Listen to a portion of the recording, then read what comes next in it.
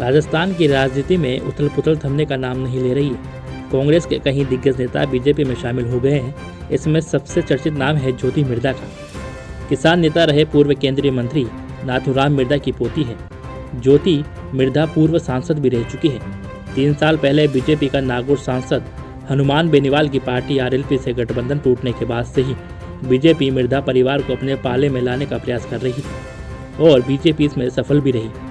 हाल ही में ज्योति मिर्धा ने मीडिया को इंटरव्यू दिया था, जहां उन्होंने बताया कि कांग्रेस में हमारे कार्यकर्ताओं की अनदेखी हो रही थी। नागौर में तो हम कोई काम भी नहीं करा पा रहे थे। वहां एक रीजनल पार्टी है, उसका वहां इन्फ्लुएंस है। सरकार की कहीं मजबूरियां थी और वहां रीजनल पार्टी के दबाव में थी।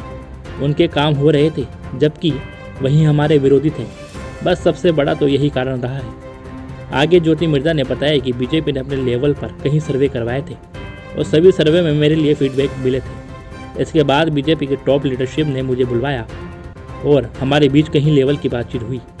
उन्होंने मुझसे कहीं चीज़ें समझी। उन्होंने मुझे बीजेपी के लिए काम करने को कहा।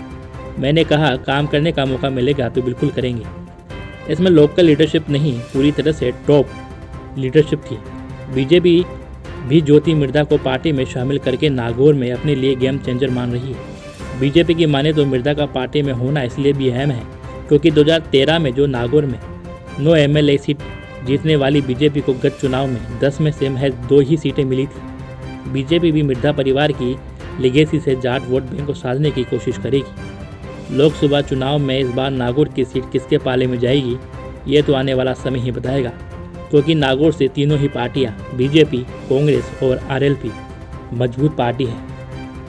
अब देखना ये होगा कि नागौर से जनता किसे पसंद करेगी। ऐसे ही राजनीतिक खबरों के लिए बने रहिए हमारे साथ। सुनहरी कलम, खबरें वही जो आप देखना चाहे।